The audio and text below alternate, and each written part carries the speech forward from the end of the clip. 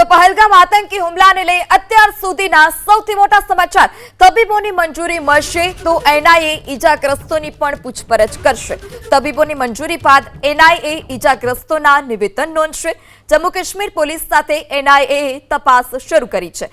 છેલ્લા થોડા દિવસથી ઇન્ટરસેપ્ટ થયેલી ચેટનું પણ વિશ્લેષણ જે છે તે કરવામાં આવી રહ્યું છે।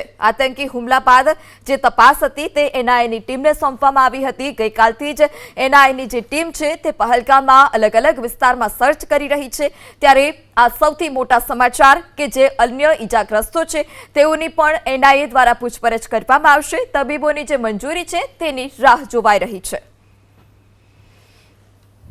ઉધમપુરમાં આતંકીઓ સાથેની અથડામણમાં એક જવાન શહીદ થયા છે। ઉધમપુરમાં સવારથી જ આતંકીઓ અને સેના વચ્ચે અથડામણ। સેના અને જમ્મુ કાશ્મીર પોલીસનું જોઈન્ટ ઓપરેશન યથાવત। બસંતગઢ વિસ્તારમાં સેના અને આતંકી વચ્ચે અથડામણ થઈ હતી। વહેલી સવારથી જ આ સર્ચ ઓપરેશન જે છે તે સમગ્ર વિસ્તારમાં ચાલી રહ્યું છે। ઉધમપુરમાં વહેલી સવારથી જ આતંકીઓ અને સેના વચ્ચે અથડામણ અને આ અથડામણમાં એક જવાન શહીદ થયા છે।